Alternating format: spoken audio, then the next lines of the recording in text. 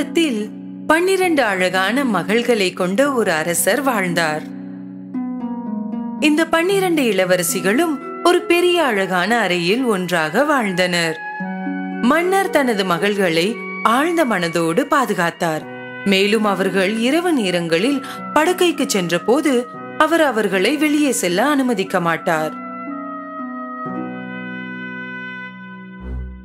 ஆனால் ஒவ்வொரு காலையிலும் அவர்கள் மிகவும் விசித்திரமான நிகழ்வோடு எழுவார்கள்.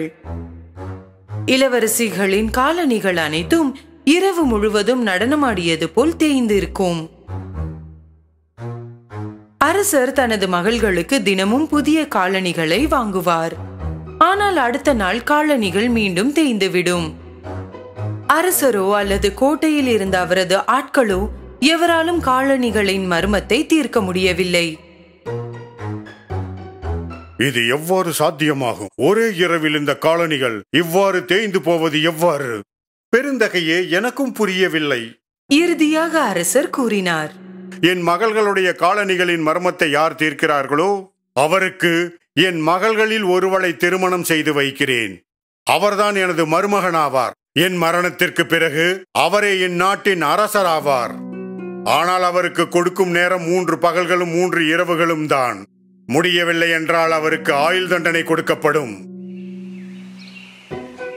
ராஜ்யத்தில் பல இளைஞர்களும் மற்ற ராஜ்யங்களை சேர்ந்த இளவரசர்களும் கூட வேலைக்காக கோட்டைக்கு வந்தார்கள். பல நாட்களாக அவர்கள் 12 இளவரசிகளின் படுக்கை அறையின் கதவை காவல் காத்து கொண்டிருந்தார்கள். ஆனால் சிறிது நேரம் கழித்து அவர்களில் எவராலும் மர்மத்தை தீர்க்க முடியவில்லை மற்றும் இரவில் காலணிகள் தொடர்ந்து தேய்ந்தன. இறுதியாக ஒரு நல்ல இதயமுள்ள இளைஞனும் மர்மத்தை அறிய விரும்பினான். அதனால் அவன் கோட்டைக்கு சென்றான். ஆனால் செல்லும் வழியில் மிகவும் ஏழ்மையான தோற்றமுடைய வயதான மூதாட்டியை சந்தித்தான். அன்பான குழந்தையே, மிகவும் பசியாக இருக்கிறது, ஏதாவது சாப்பிட கொடுப்பாயா? அந்த இளைஞன் தனது பையில் வைத்திருந்த எல்லா உணவையும் வயதான பாட்டியிடம் கொடுத்தான். முன்பு இங்கிருந்து சென்ற ஆண்கள் எதையும் கொடுக்காததால் அவள் மிகவும் மகிழ்ச்சியாக இருந்தாள். இவன் மற்றவர்களை விட வித்தியாசமானவன் என்று இந்த வயதான பாட்டி புரிந்து கொண்டாள். எனவே பதிலுக்கு அவள் அவனுக்கு ஒரு மாய உடையை கொடுத்தாள். இந்த மாய உடையை வாங்கிக்கொள். இதை அணிந்தால் நீ கண்ணுக்கு தெரிய மாட்டாய். இரவு 12 மணி ஆனதும் இதை மேலே உடுத்தி கொண்டு கண்ணுக்கு தெரியாமல் இளவரசிகளின் அறைக்குள் சென்று நீ காலணிகளின் மர்மத்தை தீர்த்துவிடு.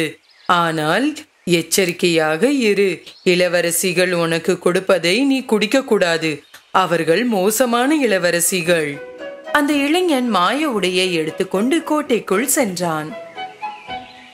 மேலும் அவன் காலணிகளின் மர்மத்தை தீர்க்க அங்கே வந்து இருப்பதாக கூறினான். முதல் நாள் அவன் இளவரசிகளின் கதவுக்கு முன் காவலில் இருந்தபோது எலுமிச்சை பழசாறுடன் மூத்த இளவரசி வெளியே வந்தாள். உங்களுக்கு தாகமாக இருக்கும்.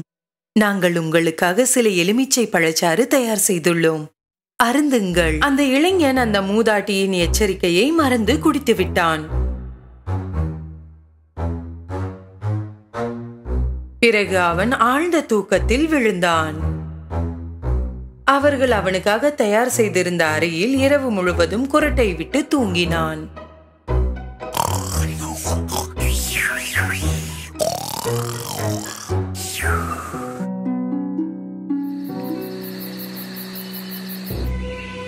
விடிந்தவுடன் அந்த இளைஞன் பீதியில் எழுந்து நின்றான். நான் மாய ஆடை அணிந்து இளவரசியின் அறைக்கு செல்ல வேண்டியிருந்ததே. 2வது இரவில் அந்த இளைஞன் மீண்டும் இளவரசிகளின் அறைக்கு முன்னால் காவலில் நின்றான். இந்த முறை மற்றொரு இளவரசி கையில் பழச்சாறுடன் வெளியே வந்தாள். இளைஞன் இரவு நேரத்திற்காக காத்து கொண்டிருந்ததால் தாகமாக இருந்தான். யோசிக்காமல் அவனுக்கு வழங்கப்பட்ட அனைத்து சாறுகளையும் குடித்தான். அவன் மீண்டும் ஒரு முறை ஆழ்ந்த உறக்கத்திற்கு சென்றான். மறுநாள் காலையில் அவன் எழுந்தபோது அந்த வயதான மூதாட்டி வார்த்தைகள் நினைவுக்கு வந்தன. ஆனால் எச்சரிக்கையாக இரு, இளவரசிகள் உனக்கு கொடுப்பதை குடிக்க கூடாது. நான் குடித்த பானத்தில் இளவரசிகள் தூக்க மருந்து கலந்திருப்பார்கள். அந்த நேரத்தில் அரசர் அவனுக்கு அருகில் வந்தார். 2 நாட்கள் முடிந்துவிட்டன. இன்னும் முன்னால் அந்த காலனிகளின் மர்மத்தை தீர்க்க முடியவில்லை. என்றும் முன்னால் தீர்க்க முடியவில்லை என்றால் உன் வாழ்நாள் முழுவதும் சிறையில் கழிக்க வேண்டியதுதான். அரசர் தனது பேச்சை முடித்துவிட்டு சென்று விட்டார். இந்த மர்மத்தை அந்த இளைஞன் இன்று தீர்க்க வேண்டியிருந்தது. அன்று இரவு கடைசியாக அந்த இளைஞன் இளவரசிகளின் கதவின் முன் காவலில் நின்றான். இந்த முறை இளைய இளவரசி கையில் ஆரஞ்சு பழச்சாறு கொண்டு வெளியே வந்தாள். ஆனால் இந்த இளைஞன் இப்போது அறிந்திருந்தான். அவன் அதை வாங்கிக் கொண்டு இளவரசிக்கு நன்றி சொன்னான். இளவரசி சென்ற பிறகு ஆரஞ்சு சாற்றை அருகில் இருந்த ஒரு பூத்தொட்டியில் ஊற்றினான். இந்த முறை அவன் தூங்காமல் நின்று கொண்டிருந்தான். இரவு வந்தது. விரைவில் நள்ளிரவானது. அந்த இளைஞன் மாய ஆடையை உடுத்தி கண்ணுக்கு தெரியாதவனாக மாறினான். மெதுவாக அவன் கதவை திறந்தான். அப்போது அவன் பார்த்ததை அவனால் நம்ப முடியவில்லை. இளவரசிகள் அனைவரும் தங்களின் மிக அழகான ஆடைகள் அணிந்து தலைமுடி அலங்காரம் செய்து அவர்களின் புதிய காலணிகளை அணிந்திருந்தார்கள். வாசலில் இருந்த இளைஞன் தூங்கிவிட்டானா என்று பார்ப்போம். இளவரசி ஒருவள் கதவை திறந்து வெளியே பார்த்தாள். மேலும் மற்றொரு இளவரசி தன் காதை சுவரில் வைத்தாள். அந்த நேரத்தில் அந்த இளைஞனுக்கு சில குரட்டை சத்தங்கள் செய்ய வேண்டும் என்று தெரியும்.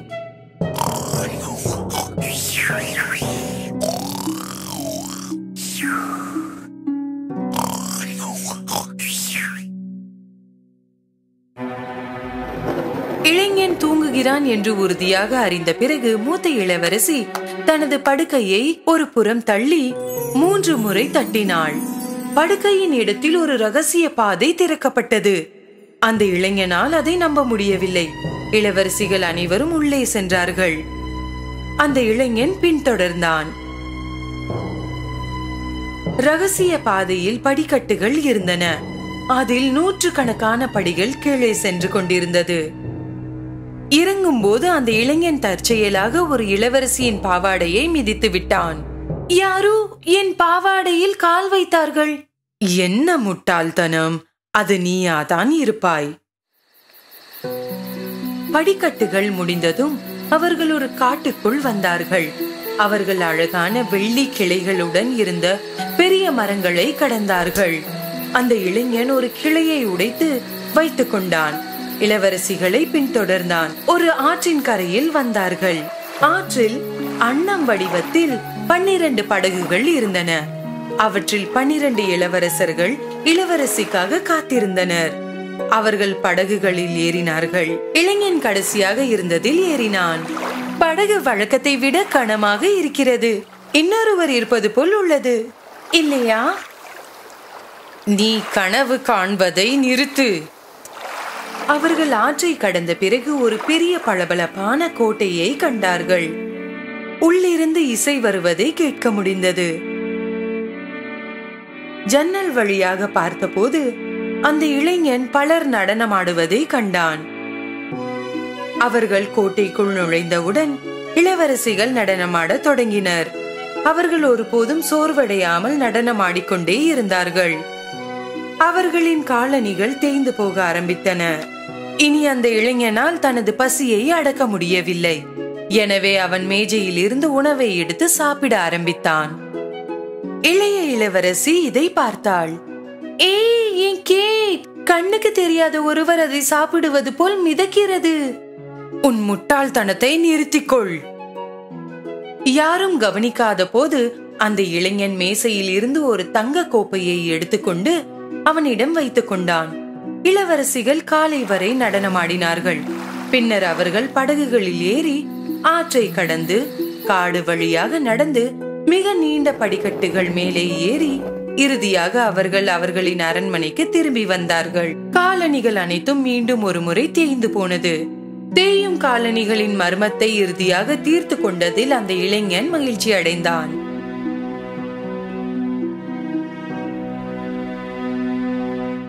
சிறிது நேரம் கழித்து அரசர் அந்த இளைஞனிடம் வந்தார். உனக்கு கொடுத்த கெடு முடிந்து விட்டது. இன்னும் முன்னால் ரகசியத்தை கண்டுபிடிக்க முடியவில்லை.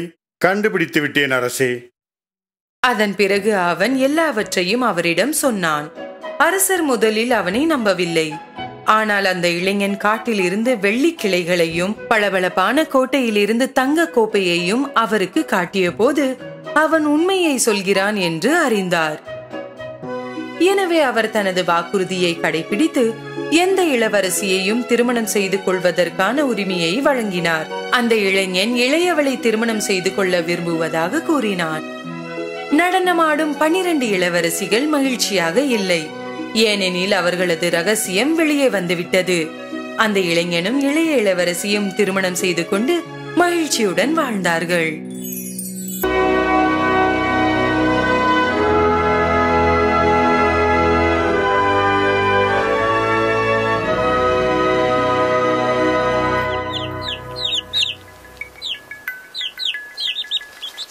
ஒரு காலத்தில் தொலைதூர தேசத்தில் ஒரு அழகான மற்றும் கனிவான பெண் வாழ்ந்தாள். ஒரு நாள் அவளுடைய தாய் இறந்த பிறகு அவளுடைய தந்தை வேறொரு பெண்ணை மறுமணம் செய்து கொண்டார். தீய இதயம் உள்ள மாற்றான் தாயின் 2 மகள்களும் தீயவர்கள்தான். அவளுடைய மாற்றாந்தாய் மற்றும் சகோதரிகள் அவளை மிகவும் மோசமாக நடத்தினர். போ, நீ எங்களுடன் உட்காரக்கூடாது. ஆமாம், உட்காராதே. அடடா, கீழே விழுந்து விட்டது. சீக்கிரம் சுத்தம் செய். என்ன பார்க்கிறாய்? அவர்கள் வெளியே சுற்றுலா போகும்போது இவள் வீட்டிலேயே தங்கி வீட்டு வேலைகள் அனைத்தும் செய்ய வேண்டியிருந்தது. வீட்டில் அனைவரும் அவளை சிண்ட்ரெல்லா என்று அழைத்தார்கள். அவள் சோர்வோடு நெருப்புக்கு முன் பூனையுடன் உட்கார்ந்து நெருப்பை பார்ப்பாள். ஒரு நாள் காலை அவர்களுக்கு அரண்மனையில் இருந்து அழைப்பு வந்தது. இளவரசரை கௌரவப்படுத்த அரண்மனையில் நடன விருந்து நடைபெற இருக்கிறது. திருமணத்திற்கு தகுதியான பெண்கள் அனைவரும் அழைக்கப்படுகிறார்கள். மாற்றாந்தாய் தனது மகள்களை நடன விருந்திற்கு தயார் செய்து கொண்டிருந்த போது சிண்ட்ரெல்லா விருப்பமின்றி அவர்களுக்கு உதவி செய்தாள். நீங்கள் விருந்தில் மிக அழகான பெண்களாக இருக்க வேண்டும். இளவரசர் உங்களை விரும்ப வேண்டும். நான் ஏன் போக முடியாது? திருமணத்திற்கு தகுதியான பெண்கள் அழைக்கப்பட்டிருக்கிறார்கள். அப்படியா? நீ விருந்திற்கு இதை அணிய போகிறாயா? விருந்திற்கான நாள் வந்ததும் வீட்டில் தனியாக இருந்தபோது சிண்ட்ரெல்லா தனது நிலைமையை நினைத்து அழ ஆரம்பித்தாள். அப்போது புகைப்போக்கியில் இருந்து ஒரு பிரகாசமான ஒளி தோன்றியது. பிரகாசமான ஒளி மூலம் ஒரு அழகான தேவதை தோன்றியது. இந்த தேவதை அவளுடைய அம்மா என்பதால் சிண்ட்ரெல்லாவால் நம்ப முடியவில்லை. அம்மா, வா என் செல்லமே, நான் உனக்கு உதவ வந்தேன். நீயும் அரண்மனை விருந்திற்கு போகலாம். அப்படியா? ஆனால் எப்படி? நான் உதவுகிறேன். இப்போது போய் தோட்டத்திலிருந்து மிக பெரிய பூசணிக்காயை கொண்டு வா. கெட்டி பூனையே, எனக்கு 7 எலிகளை கொண்டு வா. ஒரு மாய தொடுதலுடன் தேவதை பூசணிக்காயை ஒரு அழகான குதிரை வண்டியாக மாற்றியது. பின்னர் அவள் தனது மந்திரக்கோலை எலிகளை நோக்கி திருப்பினாள். எலிகளில் ஒன்று ஓட்டுநரானது, மற்ற 6 அழகான வெள்ளை குதிரைகளாக மாறியது. இப்போது உன் முறை. நான் ஒரு இளவரசி போல் இருக்கிறேன். ஆனால் அம்மா, எனக்கு நடனம் ஆட தெரியாது. இளவரசர் என்னிடம் கேட்டால் என்ன செய்வது? இந்த மாய காலணிகளால் நீ விருந்தில் சிறந்த நடனமாடும் பெண்ணாக இருப்பாய்.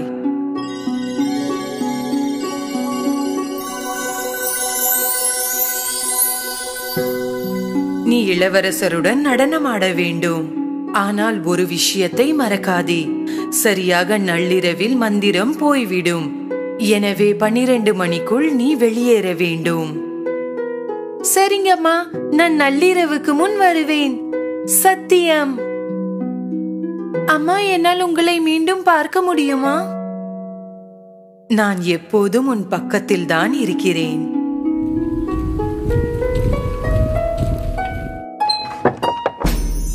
சிண்ட்ரெல்லா நேர்த்தியுடனும் அழகோடும் அரண்மனைக்குள் நுழைந்த போது திடீரென்று எல்லா தலைகளும் அவளை நோக்கி திரும்பின. அவளுடைய மாற்றாந்தாய் கூட அவளை அடையாளம் காண முடியவில்லை. அழகான இளவரசர் அவளுடைய அழகால் ஈர்க்கப்பட்டார். அரசரும் அரசியும் சிண்ட்ரெல்லாவை மிகவும் விரும்பினர். இளவரசி என்றால் அழகில் இப்படிதான் இருக்க வேண்டும். இளவரசர் உடனடியாக சிண்ட்ரெல்லாவை நடனமாட அழைத்தார். சிண்ட்ரெல்லாவின் மாய காலணிகளின் உதவியோடு அழகாக ஆடினாள். மாற்றாந்தாய் மற்றும் அவளது மகள்கள் அவளது அழகை கண்டு அதிர்ந்து போய் பொறாமையால் ஆத்திரத்தில் இருந்தனர். சிண்ட்ரெல்லா மிகவும் மகிழ்ச்சியாக இருந்தாள். நேரம் எவ்வளவு விரைவாக கடந்துவிட்டது என்பதை அவளால் உணர முடியவில்லை. திடீரென்று சுவரில் இருந்த கடிகாரம் அவள் கண்களில் தென்பட்டது. கிட்டத்தட்ட நள்ளிரவு ஆகிவிட்டது. அங்கே நின்று கொண்டிருந்த இளவரசரை விட்டுவிட்டு நடனமாடியின் படிக்கடியில் இருந்து கீழே ஓடினாள். அவள் ஓடிக்கொண்டிருந்த போது ஒரு மாய காலனி நழுவி விட்டது. ஆனால் திரும்பி அவள் காலனியை எடுக்க போதுமான நேரம் இல்லை.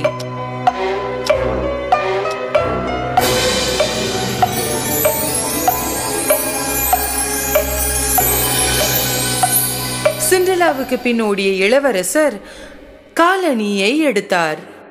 இந்த காலனியின் உரிமையாளரை கண்டுபிடியுங்கள். உலகில் எங்கிருந்தாலும் கண்டுபிடித்து வாருங்கள். சிப்பாயிகள் நாடு முழுவதும் வந்து ஒவ்வொரு கதவையும் தட்டி ஒவ்வொரு இளம் பெண்ணையும் காலனியை முயற்சிக்க அனுமதித்தனர். ஆனால் காலனி யாருக்கும் பொருந்தவில்லை.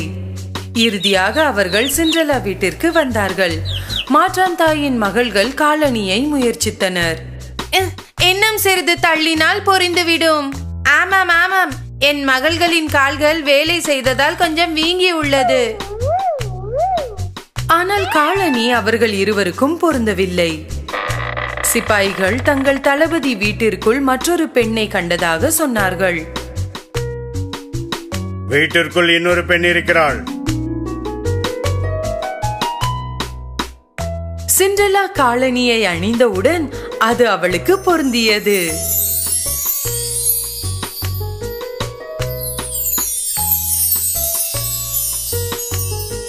நீங்கள் எங்களுடன் அரண்மனைக்கு வர வேண்டும். உங்களுக்காக அரசர் காத்திருக்கிறார் இளம் பெண்ணே. இளவரசரின் ஆட்கள் சிண்ட்ரெல்லாவை அரண்மனைக்கு அழைத்து சென்றனர். இளவரசர் சிண்ட்ரெல்லாவை பார்த்ததும் அவர் உடனடியாக அவளை அடையாளம் கண்டு அவளை பார்த்து மிகவும் மகிழ்ச்சி அடைந்தார். அவர் முழங்காலில் இறங்கி தன்னை திருமணம் செய்து கொள்ளும்படி கேட்டார். இளவரசியே, என்னை திருமணம் செய்து கொள்வீர்களா? உடனடியாக மிகுந்த மகிழ்ச்சியுடன் சிண்ட்ரெல்லா ஏற்றுக்கொண்டாள். அவர்கள் எப்போதுமே மிகவும் மகிழ்ச்சியுடன் வாழ்ந்தார்கள்.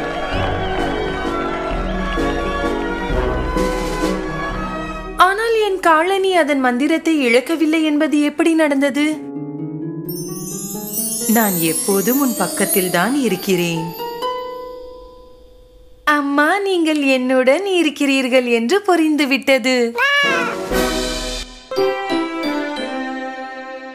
அது புத்தாண்டின் குளிரான பனியிரவு நாள். அனைவரும் வெதுவெதுப்பாக இருக்க கோட்டுகள், கையுறைகள் மற்றும் சால்வையை அணிந்து எங்கேயோ செல்வதற்கு விரைந்து கொண்டிருந்தனர். சிலர் நேரமாகிவிட்டது என்று வீட்டிற்கு விரைந்து கொண்டிருந்தனர். சிலர் புத்தாண்டை கொண்டாட சென்று கொண்டிருந்தனர். ஒவ்வொருக்கொருவர் பனிப்பந்துகளை வீசிக்கொண்டு தெருவில் குழந்தைகள் விளையாடி கொண்டிருந்தனர். அவர்கள் பணியை மிகவும் அதிகமாக நேசிப்பவர்கள். அவர்கள் மகிழ்ச்சியாக விளையாடி சிரித்துக் கொண்டிருந்தனர். ஆனால் அந்த தெருவில் ஒரு பெண் இருந்தாள். அவள் மற்ற விளையாடும் குழந்தைகளை விட வித்தியாசமாக இருந்தாள். அந்த பெண் தெருவின் நடுவில் நின்று விளையாடும் குழந்தைகளை பார்த்து கொண்டு இருந்தாள். அவளிடம் மற்றவர்களைப் போல் குளிரில் இருந்து தன்னை காப்பாற்றிக் கொள்ள ஆடைகள் இல்லை. அணிந்த ஆடையும் மெல்லிசாக கிழிந்திருந்தது. அவள் அணிந்திருந்த காலணி சரியான அளவில் இல்லாம பெரிதாக இருந்தது. அவள் கையில் ஒரு பெட்டி இருந்தது. அவள் குளிரில் நடுங்கிக் கொண்டிருந்த போது ஒரு வண்டி வருவதை அவள் பார்க்கவில்லை. குழந்தை, தெருவில் ஓரமாக நில், இல்லை என்றால் வண்டி உன்னை இடித்து விடும். அந்த சிறுமி உடனே நடைபாதையை நோக்கி சென்றாள். ஆனால் அவள் வேகமாக ஓடும்போது அவள் காலில் இருந்த காலணி நழுவியது. அவள் நடைபாதையை அடைந்த பிறகு அவள் திரும்பி பார்த்தாள். ஒரு பையன் அவளது காலணியை எடுத்து ஓடுவதை பார்க்கிறாள். என்னோட செருப்பு! அவள் கத்திக்கொண்டு அவன் பின்னால் ஓடினாள். ஆனால் அவன் வேகமாக ஓடிவிட்டான். வேறு வழி இல்லாமல் அவள் வெறும் காலில் நடந்து ஒரு சுவற்று அருகில் தஞ்சம் அடைந்தாள். அவள் பிடித்திருந்த பெட்டியை திறந்து கீழே வைத்தாள். குளிரினால் கண்களில் கண்ணீர் நிரம்பி அவள் பெட்டியில் இருந்த தீக்குச்சிகளை பார்த்து கொண்டிருந்தாள். இவள் தீக்குச்சி விற்கும் சிறிய பெண். ஆனால் இன்று அவள் ஒரு தீக்குச்சி பெட்டிகளை கூட விற்க முடியவில்லை. ஒருவேளை அவளால் இன்று கொஞ்சம் வித்து சம்பாதிக்க முடிந்தால் அவள் வீட்டிற்கு சென்று தன் அம்மாவுடன் சிறிது உணவை சாப்பிட முடியும். அதனால் அவள் குளிரில் நடுங்கிய தன் மெல்லிய குரலில் கத்த ஆரம்பித்தாள். தீப்பெட்டி, தீப்பெட்டி, யாராவது தீப்பெட்டி வாங்கிக் கொள்ளுங்கள். தெருவில் யாரும் அவளை கண்டு கொள்ளவில்லை. அதனால் அவள் சோகமாக சுவற்றின் அருகில் உட்கார்ந்தாள். அவள் விரல்கள் குளிரில் வலிக்க ஆரம்பித்தது. அவளால் அந்த வலியை தாங்க முடியவில்லை.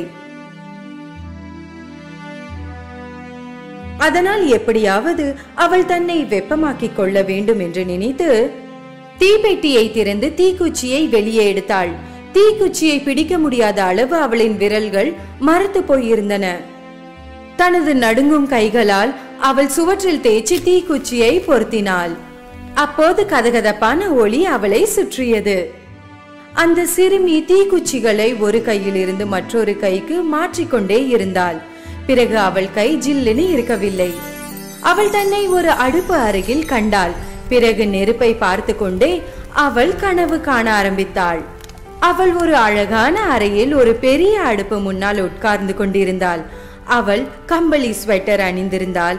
காலில் மொத்தமான காலணி மற்றும் தலையில் தொப்பியும் இருந்தது. அவளுக்கு வேர்க்கும் அளவு சூடாக இருந்தது. ஆனால் திடீரென்று தீ அணைந்து விட்டது. தீக்குச்சி அணைந்த பிறகு அவள் கனவும் மறைந்து விட்டது. பிறகு அவள் விரல்கள் உறைந்து மீண்டும் வலிக்க ஆரம்பித்தது. அவள் இன்னொரு தீக்குச்சியை பத்த வைத்தாள். அத்தருணத்தில் குளிர்ந்த காற்று வீசியது. அதனால் அந்த சிறுமி சுவற்று அருகில் சென்று தன் கைகளால் நெருப்பை மூட்டி அணையாமல் பார்த்து கொண்டாள். அவள் பார்த்து கொண்டிருக்கும் போது திடீரென்று சுவர் மறைந்து திறக்கப்பட்டது. உள்ளே ஒரு பெரிய அறை இருந்தது. வெள்ளை துணியுடன் மேசையில் அனைத்து வகையான உணவுப் பொருட்களும் வைக்கப்பட்டிருந்தது. மற்றும் வெள்ளி மெழுகுவர்த்தி அந்த அறையை பகல் போல் ஒளியேற்றியது. அந்த மேசையை பார்க்கும்போது மேசையின் நடுவில் ஒரு பெரிய அழகான சமைத்த மாமிச துண்டு வைக்கப்பட்டிருப்பதை அவள் பார்க்கிறாள்.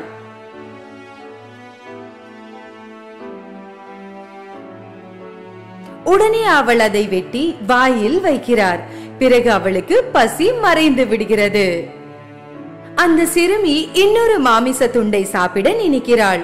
அவள் அதை தொட போனாள். ஆனால் அவள் கையில் இருந்த தீக்குச்சி விரைவில் அணைந்து விட்டது.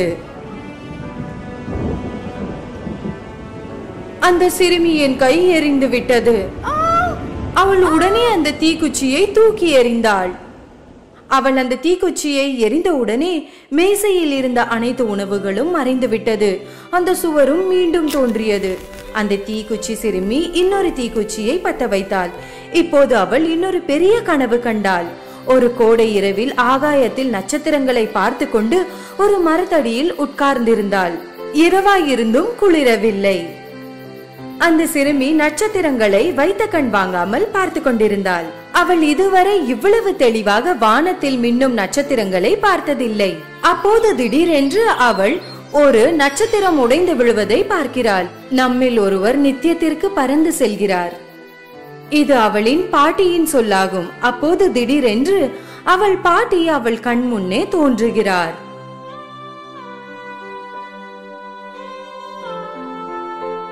எப்போது நீ உடையும் நட்சத்திரத்தை பார்த்தாலும் அதன் இடத்தை வேறொன்று எடுத்துக்கொள்ளும்.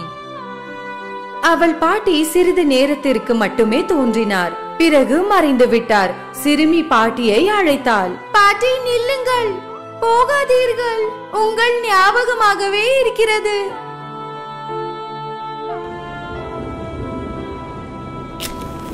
பாட்டியை பார்க்க அவள் மீண்டும் ஒரு முறை தீக்குச்சியை பற்ற வைத்தாள்.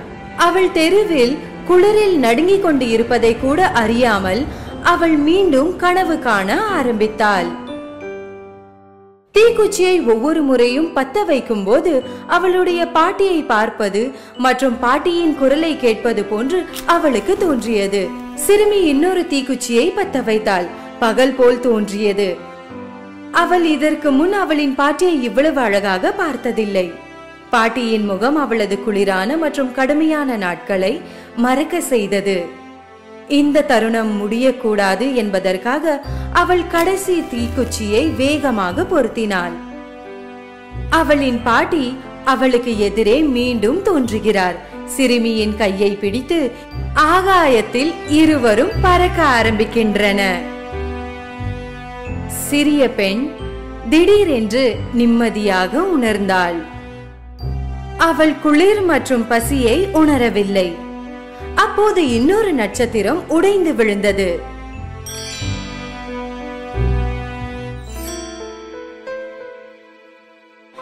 காலையில் அந்த தெருவை கடந்து சென்ற மக்கள் அந்த சிறிய தீக்குச்சி விற்கும் பெண் முகத்தில் புன்னகையுடன் அந்த சுவற்று அருகில் கண்மூடி படுத்து இருப்பதை பார்க்கிறார்கள்.